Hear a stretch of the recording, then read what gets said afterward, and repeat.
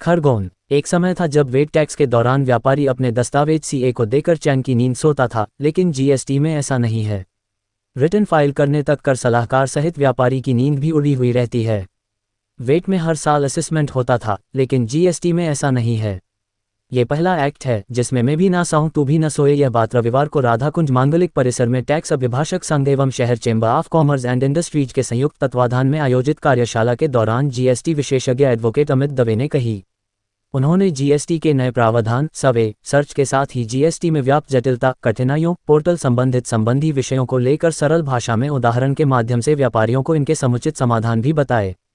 आयोजन की सराहना करते हुए कहा कि पहली बार टैक्स अभिभाषक, कर सलाहकार और व्यापारी एक मंच पर आए हैं।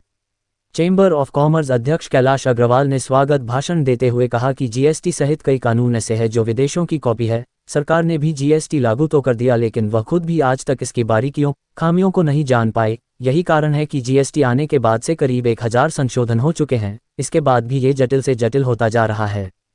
सरकार केवल इसलिए खुश है, व्यापारियों की बात सुनने को तैयार नहीं।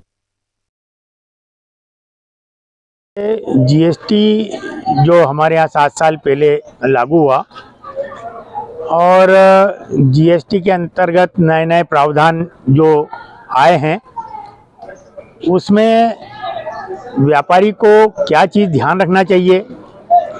कई बार जीएसटी के सर्वे, जैसे इनकम टैक्स के सर्वे होते थे, वैसे जीएसटी के भी सर्वे होते हैं। अगर अधिकारी सर्वे करने आते हैं तो व्यापारी को किन बातों का ध्यान रखना चाहिए, उनको, व्यापारी को कितना अधिकार है, अधिकारी को कितना अधिकार है, और वो हमने कौन सी गलती नहीं करना चाहिए, जिससे कि अधिकारी को ऐसा अवसर मिले जो हमारे लिए आगे घातक हो या नुकसानदायक हो। इसलिए ये एक जागरूकता है जो प्रतिदिन के व्यवहार को सुधार करना और हमारे व्यापार को कैसे हमने आगे बढ़ाना। गवर्नमेंट को तो जो टैक्स देना है वो तो देना ही है, लेकिन फिर भी अकाउंट को हम कैसा व्यवस्थित रखेंगे, हमारे व्यवहार को कैसा व्यवस्थित रखेंगे, उसकी एक जागरूकता का श्री अमित जी दवे इंदौर से पधारे हैं और वो बहुत बारीकी से धाराओं के साथ में समझा रहे हैं।